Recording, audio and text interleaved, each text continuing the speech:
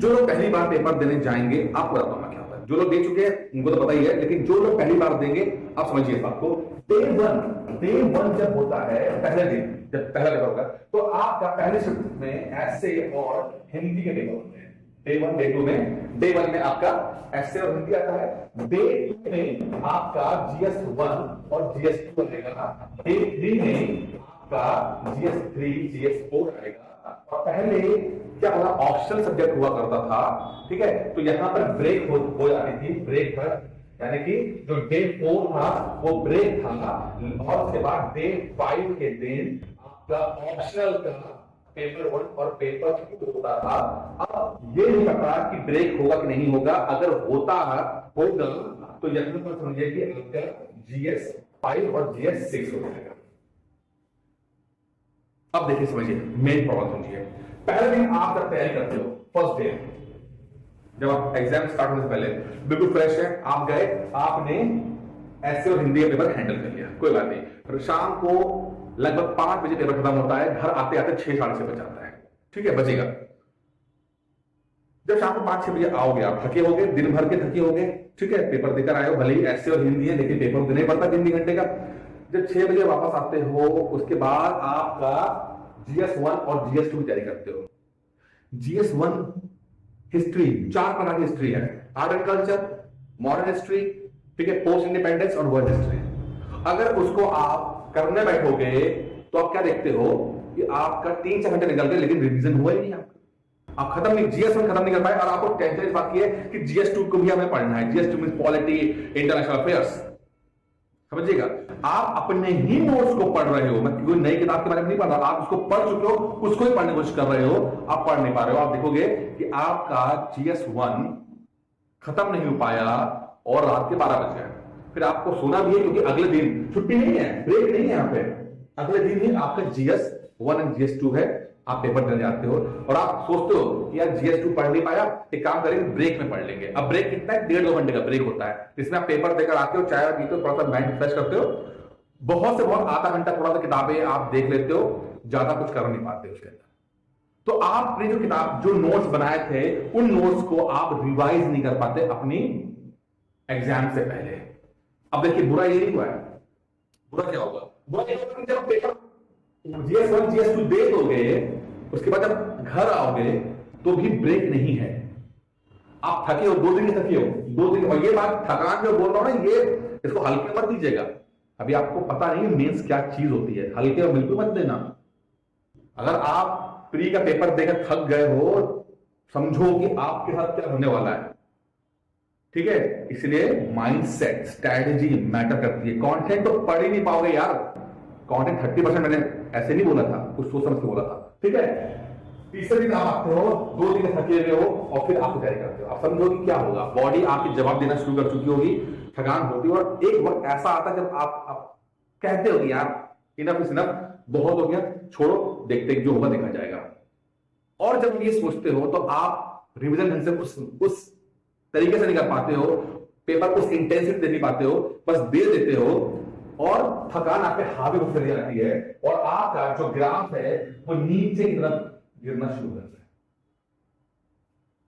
Topper में और फ्लॉपर में बहुत डिफरेंस नहीं होता। पीसेस क्रैक करने वाले और पीसेस क्रैक ना करने वाले लोगों में नंबर्स का बहुत डिफरेंस नहीं होता है। अगर मैं सभी पेपरों के 10-10 नंबर भी जोड़ दूं, से 10-20 नंबर, ठीक है, सिर्फ 10-20 नंबर, तो आप देखोगे कि जो कंपटीशन से बाहर है अचानक से हाई रैंक के लिए आते हैं। अगर 6-7-8 पेपर है, 8 पेपरों में मैं अगर 10-10 नंबर भी जोड़ दूं, 10-10 नंबर यानी 80 नंबर जोड़ दूं, तो आप देखोगे कि कितने सारे लोग कट ऑफ क्लियर कर सकते हैं। डिफरेंस सिर्फ 10 नंबर का पर सब्जेक्ट, कहने कुछ नहीं है, लेकिन अगर सिर्फ 10-10 नंबर का फर्क आ जाए तो क्या होगा, जो रैंक इसके नीचे है वो अचानक से एसडीएम बन जाएगा। समझिए मेरी बात, बहुत गहराई में समझने की कोशिश कीजिएगा, ये हल्की बातें नहीं है, समझिए क्या हो रहा है और क्या प्रॉब्लम हो रही है। यूट्यूब पे हाई फाई बातें सब होती हैं सब, क्योंकि लोगों ने 10 में से 9 लोगों ने तो खुद ने एग्जाम कभी क्रैक नहीं किया होता। पूछिए ना, जितने बड़े बड़े क्लेम करते हैं, वो ये वाला वो वाला, ये एकेडमी वो एकेडमी, वो 1000 घंटों के वीडियो बनाने वाले, उनसे पूछिए ना साहब कभी कब मेंस लिखा था, कब ये प्रैक्टिकल प्रॉब्लम झेली थी, कब झेली थी प्रैक्टिकल प्रॉब्लम, कब पता लगेगा कि हाथ में दर्द क्या होता है, सर में दर्द क्या होता है। मटीरियल बना दिए 1000 घंटे के, सब कुछ हमारे से आता है। अरे आता सब कुछ है भाई साहब, लेकिन आपको आया कि नहीं आया ये तो बता दो कम से कम, ठीक है। अब कहने मतलब ये सिर्फ पर सब्जेक्ट अगर 10 नंबर हम देखें तो भी आप बहुत बड़ा ज्ञान आता है, ठीक है। अब करा क्या जाए, अब जो प्रॉब्लम सबसे बड़ी प्रॉब्लम आती है आपकी कि आप जो अपना स्टडी मटेरियल बनाओगे, देखिए उसको रिवाइज भी नहीं कर पाओगे, और अपना ही बनाया, अपनी शिद्दत से मेहनत से बनाया हुआ स्टडी मटेरियल को आप यूज नहीं कर पाते हो, रिवाइज नहीं कर पाते हो। और जब रिवाइज नहीं कर पाते तो यूज नहीं कर पाते तो फायदा क्या। जो घंटों इतने दिनों तक लगातार इस चैनल को देखा, उस चैनल को देखा, इस घंटों घंटे जो वीडियो देखे, 50 किताबें खा के कर ली, लेकिन जब उसका यूज ही नहीं किया, कॉपी में लिखा ही नहीं गया वो, तो मतलब क्या बनता है उसका मतलब क्या बनता है। आपने टाइम बर्बाद किया और क्या नहीं किया, ठीक है। तो आप अपना स्टडी मटेरियल को बिना रिवीजन के इस्तेमाल नहीं कर पाओगे, और अगर इस्तेमाल नहीं हुआ तो उसकी कोई वैल्यू नहीं है, कुछ नहीं है उसकी, ठीक है। अच्छा, अब किया कैसे जाए, क्या किया जाए। देखिए एग्जाम का शेड्यूल तो चेंज नहीं होगा, करना क्या है, दो चीजें जो सफल इंसान करता है, असफल इंसान नहीं करता है, वो बताया तो आप खत्म कर दो, ठीक है। सफल इंसान करता है, असफल इंसान नहीं करता, वो है जब आप अपना स्टडी मटेरियल बनाना पड़ेगा आपको अपनी प्रिपरेशन को एक रेंज देना पड़ेगा। क्या देना पड़ेगा, एक रेंज देना पड़ेगा कि मैं अपनी प्रिपरेशन किस रेंज के आसपास रखूंगा, मैं आउट ऑफ रेंज नहीं जाऊंगा। आपकी दिमाग, आपकी ताकत भी है साहब, और आपकी कमजोरी भी है। सही तरह इस्तेमाल करोगे तो ताकत है, अगर इनडिसिप्लिन तरीके से करोगे तो यही सबसे बड़ा कमजोरी बन जाता है, ठीक है। रेंज का होता है जो भी आप मटेरियल तैयार करो। देखिए एक बात समझना है आपको, जब आप मेंस लिखोगे, आपको अनुभव नहीं है लेकिन जो लोग एग्जाम दे चुके, लिख चुके, जो भी आप पढ़ते हो ना उसका मतलब बहुत कम याद रहता है, वो याद भी नहीं रहता है, ठीक है। लिख भी नहीं पाते हो आप पढ़ोगे बहुत अपना स्टडी पर लिख नहीं पाते हो, ठीक है। जो चीज याद रहती है ना, जैसे कोई क्वेश्चन आपने पढ़ा, कोई आया और आप लिखो, आपको सिर्फ और सिर्फ कीवर्ड्स याद रहते हैं, सिर्फ कीवर्ड आते हैं, आपको कुछ चाहिए। तो आप जो भी स्टडी मटेरियल बनाओ, प्लीज मेक श्योर कीवर्ड्स, तो कीवर्ड्स ही है रिवीजन का सोर्स। यानी कि आप जो भी अगर एक पन्ने में कुछ आपने कोई स्टडी मटेरियल देखा तो उसमें कीवर्ड्स, सिर्फ कीवर्ड्स डाल दो, वही रिकॉल करेगा, वही रिकॉल कर पाओगे, वही रिवाइज कर पाओगे। अगर ऐसा होना चाहिए, शॉर्ट नोट्स ऐसे होने चाहिए कि अगर 3 घंटे अगर मिले आपको तो 3 घंटे के अंदर रिवाइज कर पाओ। मैंने कहा कि जीएस 1 के अंदर क्या होगा, आपको टाइम नहीं मिलेगा, आपको पर सब्जेक्ट 3 घंटे देगा आपको, तो आपको ऐसा हो कि 3 घंटे के अंदर रिवाइज कर सको, उसको आप 3 घंटे के अंदर रिवाइज कर सको, ऐसा हो। उसके लिए कॉम्प्रिहेंसिव नोट्स नहीं चलेंगे, उसके लिए शॉर्ट नोट्स चलेंगे, और कीवर्ड्स आपको फोकस करना पड़ेगा। तो कीवर्ड्स आपके पास होना चाहिए, यानी कि अगर स्टडी मटेरियल ऑर्डिनरी भी क्यों ना हो, लेकिन अगर आपने उससे कीवर्ड्स पिक कर लिए, याद रख लिए, तो भी काम चल जाएगा। कैसे काम चल जाएगा, देखिए आपके 2 क्वेश्चन आते हैं, एक आता है 8 नंबर 125 वर्ड लिखने पड़ते हैं इसके अंदर, और दूसरा 12 नंबर का 2 वर्ड लिखने पड़ते हैं, ठीक है।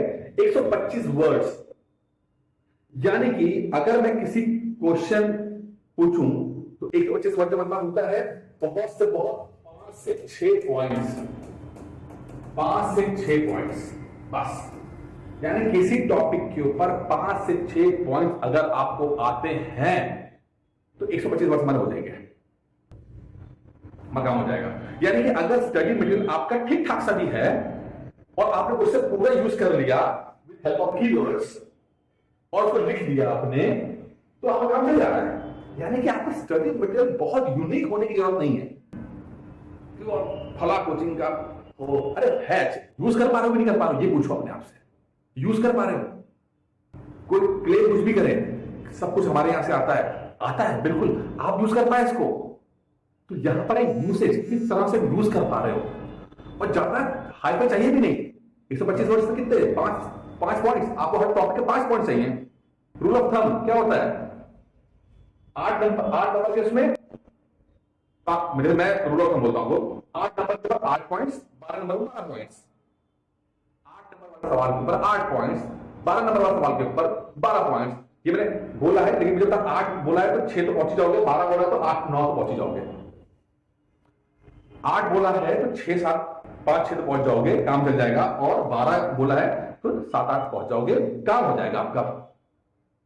तो कीवर्ड्स बहुत जरूरी है। तो आप नोट्स बनाएंगे तो कीवर्ड्स बनाएं। यही कारण जब जो मैं अपने नोट्स दे रहा हूं बच्चों को या जो मैं टेस्ट सीरीज दे रहा हूं उसपे मैं ज्यादातर कीवर्ड्स पे फोकस कर रहा हूं। मुझे पता है कि बच्चों को याद कराना है, पिन पॉइंट फोकस करवाना है, तो कीवर्ड्स होने चाहिए। क्लियर हो गया? Keywords is the key success. जो ग्रामर पर लिख लोगे ना, पीछे ग्रामर लिख लोगे, पॉइंट ज्यादा रखना पड़ते हैं। और ये शुरू से बना के रखिएगा, अपना फोकस शुरुआत से रखिए। ये नहीं आखिरी वक्त में आगे करना पड़ा ना, शुरुआत से ही अपने माइंड को ब्रेन को ट्रेन करने के ऊपर है, कैसा आपका दिमाग ट्रेन होगा। सारा गेम इसके ऊपर है, स्ट्रैटेजी। अगर आपका ब्रेन ट्रेन हो रहा है तो समझो सब कुछ हो गया। अब आखिरी वक्त पे थोड़ी ना क्राइसिस मैनेजमेंट करना पड़ेगा कि आखिरी वक्त पे जाकर आप अपना सब कुछ सिस्टम चेंज कर रहे हो, नहीं हो पाता है। शुरुआत से करना पड़ता है, इसीलिए शुरुआत से ही जब करिएगा। इसलिए जो मैं टेस्ट सीरीज दे रहा हूं, जो मटेरियल दे रहा हूं, उसमें शुरुआत से ही कीवर्ड्स पे फोकस कर रहा हूं। मुझे पता यही याद रहेगा, बाकी तो याद नहीं रहेगा। या कहानी तो याद रहती ही नहीं है, कहानी याद नहीं रहती। कीवर्ड्स याद रहेगा तो कहानी याद रह पाएगी, कीवर्ड्स याद नहीं रहेगा तो नहीं हो पाएगा। ठीक है? अच्छा, अब एक